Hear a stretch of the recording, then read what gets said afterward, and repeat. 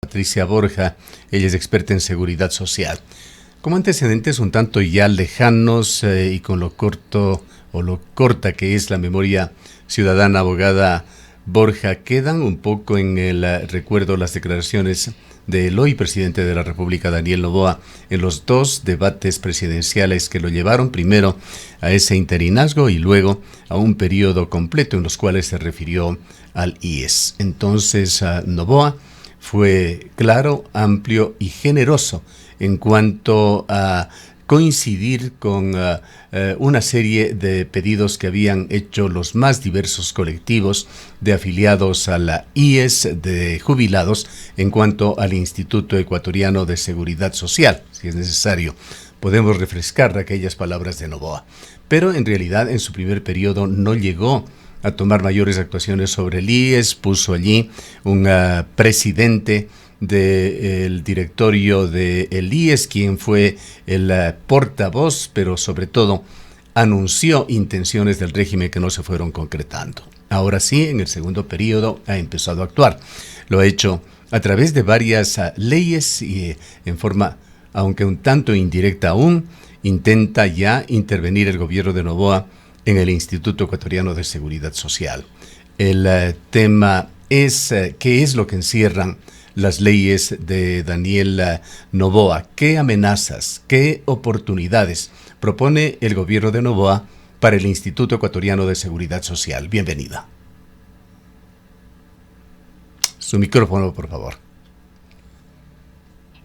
Sí, muchísimas gracias. Una disculpa. Muy buenos días, licenciado Gustavo. Muchísimas gracias por la invitación y un saludo para toda la audiencia. A ver, en este caso hay que tomar en consideración, como fue enunciado, la Ley Orgánica de Transparencia Social, que está vigente desde la semana anterior, contiene disposiciones transitorias que tienen una relación directa con el Instituto Ecuatoriano de Seguridad Social. ¿Por qué motivo?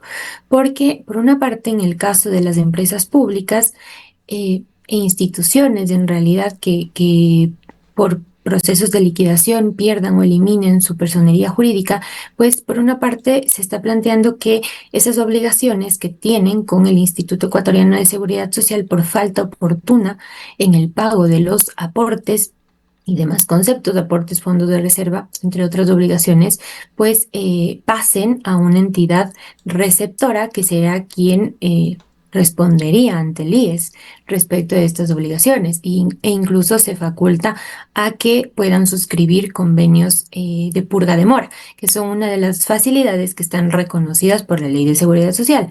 Pero interesante hubiera sido, por ejemplo, verificar qué estudios económicos financieros realizaron para ver, por ejemplo, si las entidades receptoras tendrán la capacidad de asumir esos pasivos.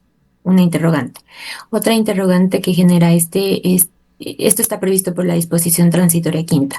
Por la disposición transitoria sexta, más bien Antes está de previsto. ir a la siguiente disposición transitoria, creo que es muy importante ir cuantificando, si es que se conoce, si es que se puede calcular, pues uno de los graves problemas del IES es la falta de buena información estadística de cuánto dinero estamos hablando en cada una de estas propuestas.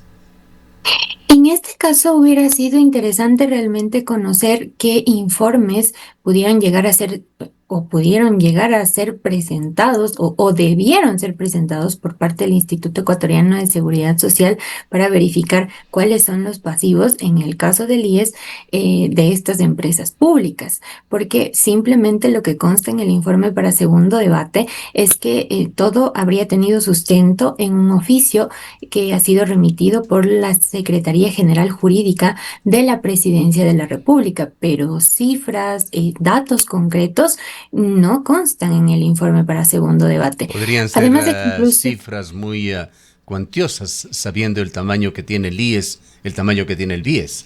Y además, abogada Borja, buenos días. Si no me equivoco, son cerca de 10 empresas públicas en liquidación que entrarían dentro de esta propuesta de ley. Entre ellas está TAME, está Ferrocarriles del Ecuador, está la de Medios Públicos y otras tantas más. Y en esta transitoria se establece precisamente que puede haber estos convenios de purga de mora, pero además, de acuerdo a otra transitoria, que en este caso el IES no podrá ni siquiera cobrarles los intereses por mora ni otros cobros adicionales que para cualquier entidad o empresa o ciudadano están vigentes. Muy buenos días, Rosana. Muchísimas gracias por la invitación también. Sí, justamente la disposición transitoria sexta hace referencia a que el IES no podrá cobrar recargos, multas, y también hay el detalle de que esta disposición ha previsto que, voy a mencionarlo tal como está previsto. Esta disposición también aplicará al capital adeudado, intereses y otros conceptos que por ley o que por ley hubiera lugar. Entonces, hay también posibles cuestionamientos en torno a la interpretación de esta disposición, pero en general ya la falta de pago oportuno de los aportes al IES produce un perjuicio a la institución porque el IES mensualmente tiene que financiar prestaciones. Entonces, la falta de pago oportuno ya es un perjuicio para la institución, pero si a eso se añade que el IES no va a poder cobrar estos conceptos, recargos, multas, es un perjuicio adicional y realmente sí hay una contravención respecto del artículo 372 de la Constitución, porque este artículo, ¿qué es lo que dispone? En el primer inciso lo que dispone es que ninguna institución del Estado podrá intervenir, disponer y tampoco podrá menoscabar los fondos y reservas del Seguro Universal Obligatorio, que en este caso constituye una responsabilidad del IES, porque el IES está a cargo del Seguro Universal Obligatorio según la Constitución. Entonces, esto es realmente un segundo perjuicio para el Instituto Ecuatoriano de Seguridad Social y para los asegurados. Ya. Y adicionalmente, hay recomendaciones de la propia Dirección Actuarial de Investigación y Estadística que han estado dadas en el sentido de que no se permitan más remisiones, porque esto genera impactos, genera perjuicios a cada uno de los fondos administrados por el Instituto Ecuatoriano de Hemos Seguridad puesto, Social. abogada Y Borja, en pantalla el artículo 372 de la Constitución, que resulta clave, neurálgico para discutir este tema. ¿Qué es lo que dice? Usted lo ha citado ya parcialmente. Allí está el texto completo. Dice: el Instituto Ecuatoriano de Seguridad Social es una entidad pública con autonomía administrativa, financiera y jurisdiccional. Su patrimonio es propio y está destinado exclusivamente a la atención de las contingencias sociales cubiertas por el Seguro Universal Obligatorio. El Estado garantizará el cumplimiento de sus obligaciones con el Instituto. Una de las observaciones que han hecho juristas y expertos en el IES es que el gobierno de Daniel Noboa, al proponer estos proyectos, particularmente el último, hace una omisión aparentemente expresa. No parece ser un olvido del artículo 372 en los antecedentes que justifican esta propuesta de ley. ciertamente, como lo mencioné hace un momento, el artículo 372 de la Constitución incluye esta prohibición, porque los fondos y reservas del Seguro Universal Obligatorio, precisamente tal como lo dispone la normativa, tienen que ser destinados para la cobertura de las prestaciones, claro que también para fines administrativos por la gestión de los fondos que administra en este caso el Instituto Ecuatoriano de Seguridad Social. Pero como lo mencioné hace un momento, ya la falta de pago oportuno de los aportes es un perjuicio para el IES. Pero si a eso se añade este particular de que no podrá cobrar recargos, multas, es otro perjuicio para la institución y no se evidencia que ha existido informes para poder ver, porque simplemente lo que se enuncia en el informe para segundo debate es que es importante concluir con los procesos de liquidación de las empresas públicas para evitar más dilaciones y porque pues se habría detectado situaciones irregulares o anómalas en los procesos de liquidación, pero volviendo al punto central, se trata de una ley orgánica de transparencia social ¿qué tiene de transparente? Realmente esta es la interrogante. ¿Qué tiene de transparente el generar una nueva afectación al IES? Claro, evidentemente.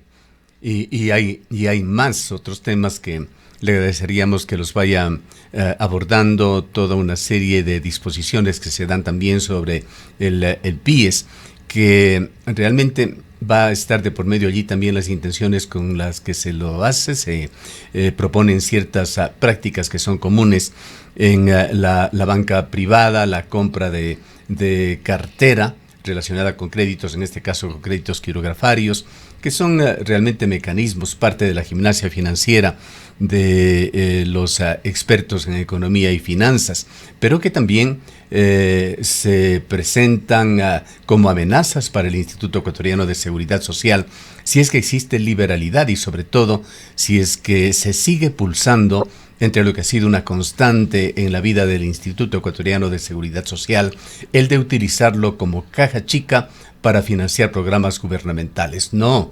exclusivamente en el gobierno de Daniel Noboa, sino históricamente, creo que sin excepción, por parte de los gobiernos de Ecuador. Sobre este particular, gracias por su pregunta. El proyecto de ley que fue remitido la semana anterior de fortalecimiento y sostenibilidad crediticia es el que plantea algunas reformas tanto a la ley del Banco del Instituto Ecuatoriano de Seguridad Social, así como a la ley de seguridad social.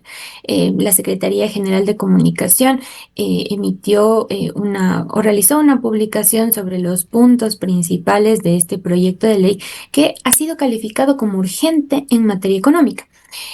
Uno de los detalles es que se permite o se plantea la incorporación de otras operaciones económicas para que puedan ser realizadas por el Banco del Instituto Ecuatoriano de Seguridad Social y que justamente se refiere a lo que usted acaba de citar, en el sentido de que podría vender la cartera hipotecaria, prendaria y quirografaria.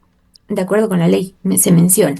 Sobre esto igualmente sería muy importante realizar algunas consideraciones y verificar los análisis o los estudios económicos que debería realizar la institución, en este caso el BIES, para verificar la pertinencia, la conveniencia de realizar este tipo de operaciones. ¿Por qué?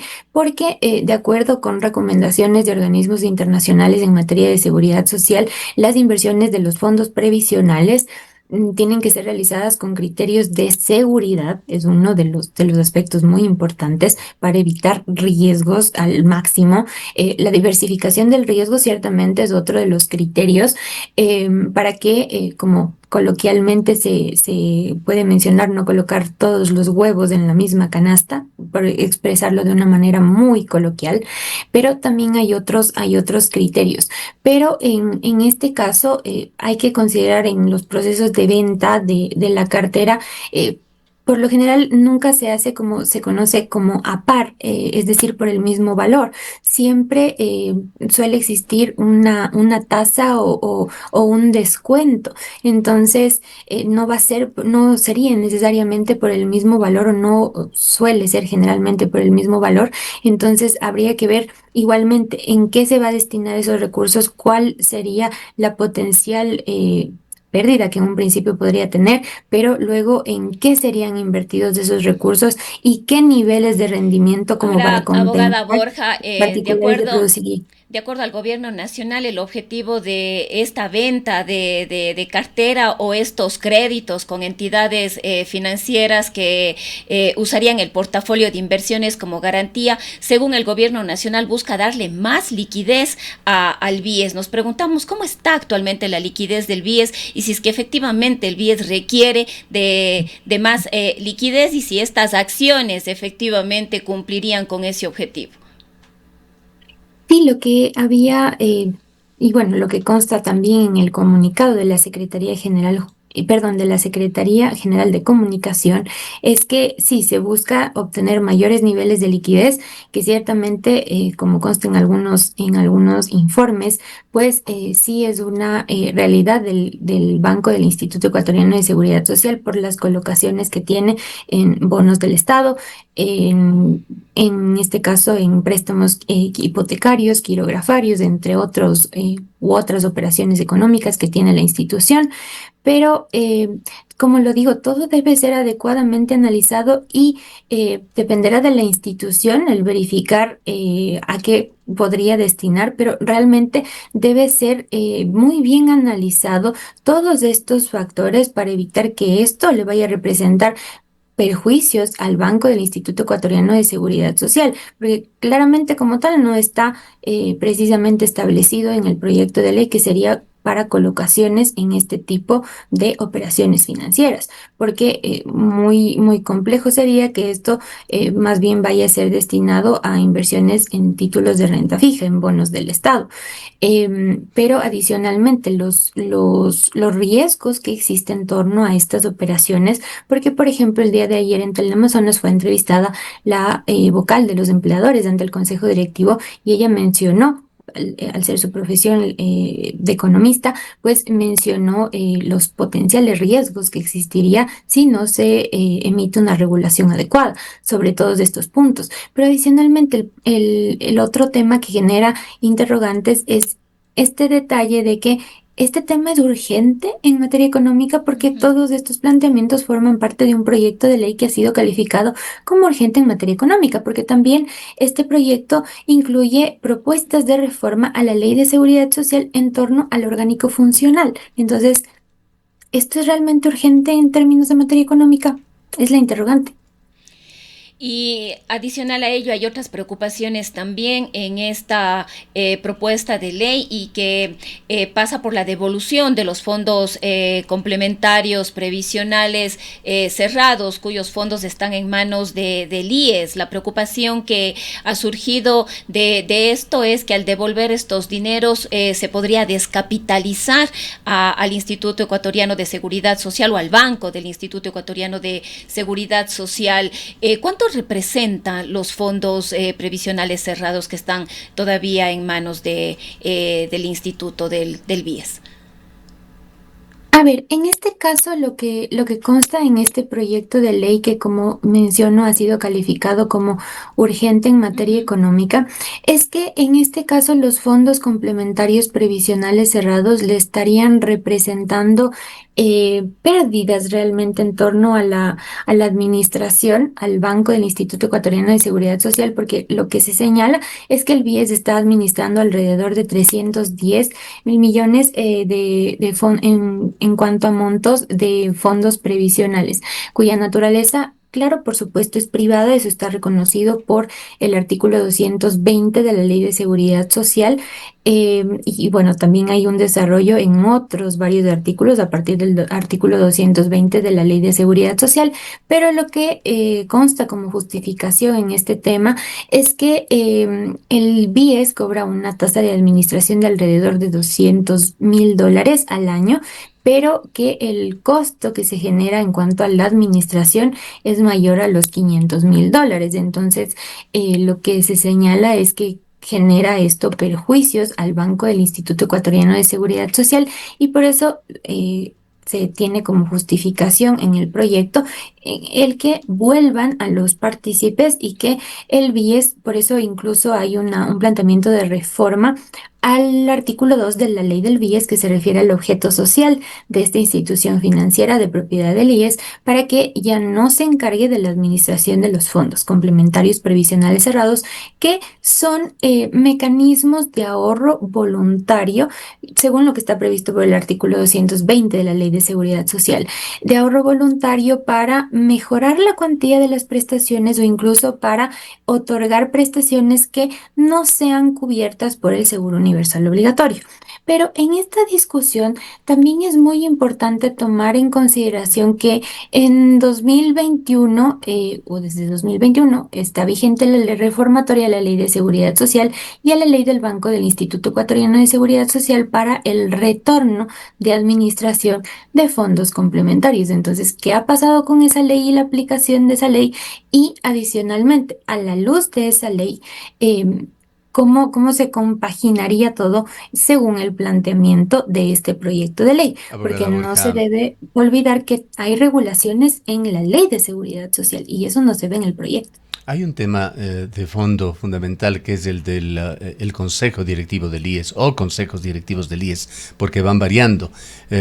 Quisiera preguntarle cuándo se rompió esa línea que ordena el artículo 372 de la Constitución, línea de no intervención, más bien de protección de la obligación del Estado de proteger en materia administrativa, financiera, jurisdiccional al Instituto Ecuatoriano de Seguridad Social. Pues sabemos, y usted ha sido testigo en estos últimos años en los que se ha ido convirtiendo en una de las mayores expertas en el IES, que los consejos directivos dirigidos por un delegado directo del presidente de la República de turno no han favorecido precisamente esa autonomía e independencia. ¿Qué se propone ahora en el marco de esta nueva ley de Noboa sobre la elección de miembros del Consejo Directivo del? Y es un tema también complejo y enredado que están allí de por medio también disposiciones aún incumplidas de la Corte Constitucional.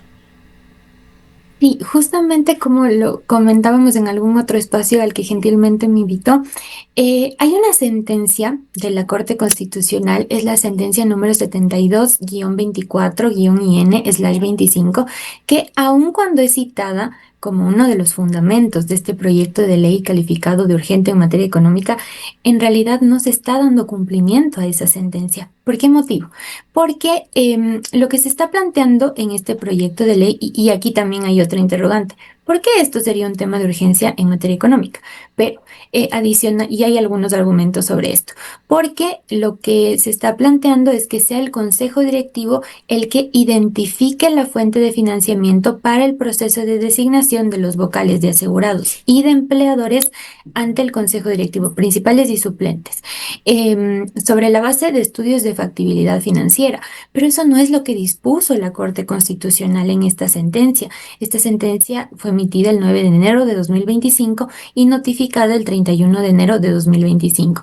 En esta sentencia, que partió de una demanda de inconstitucionalidad que fue impulsada a través de la Secretaría General Jurídica de la Presidencia de la República, se aceptó y se declaró la inconstitucionalidad del artículo 7, que contiene que contenía el artículo 28.1 y se plantea una reforma de un artículo que ya no forma parte del ordenamiento jurídico, además de ese particular. Se plantea la inclusión de un inciso. Lo que la Corte dispuso es que en 6 meses el señor presidente de la República presentara un proyecto de reforma de ley sobre este artículo y lo que también dispuso la Corte es que debía estar identificado o se debía prever las fuentes de financiamiento sobre la base de un estudio de factibilidad financiera. Y en 6 meses más de que fuera presentado este proyecto de ley, la Asamblea Nacional, o sea, en el plazo máximo de 6 meses, tenía la Asamblea Nacional o tiene la Asamblea Nacional para tratar este proyecto de ley. Pero, ¿qué es lo que pasó? Este plazo venció en el 31 de julio, el plazo que tenía el presidente de la República venció a fines de julio de este año 2025, pero dentro del plazo, y esto es a inicios de julio de este año, el señor secretario general jurídico de la Presidencia de la República presentó un pedido de modulación de efectos de la sentencia para que se considere la extensión de un tiempo prudencial para elaborar el estudio de factibilidad financiera, Abogada Borja, porque pues parecería que no han sido desgraciadamente suficientes. desgraciadamente el tiempo se nos ha quedado tan corto, pero ha sido muy valioso su aporte para dar a conocer a la audiencia lo complejo, lo enredado, la verdadera maraña que se tiene en el Instituto Ecuatoriano de Seguridad Social y lo que constituye en oportunidades, pero también en amenazas de estas leyes, particularmente la ley de fortalecimiento crediticio, que tiene también muchas aristas y que van a tener que ser evacuadas en cuestión de unos 27 o 26 días, que es lo que quedaría para evacuar esa ley económico urgente. Esperamos tenerle pronto para analizar otras de estas facetas. Por el momento, lamentablemente, tenemos que cerrar ya este diálogo, agradeciéndole mucho por su participación. Muchísimas gracias a ustedes por la invitación y por la oportunidad. Que tengan un excelente día. Declaraciones de la abogada Patricia Borja, experta en seguridad social. Son las 8:04 minutos.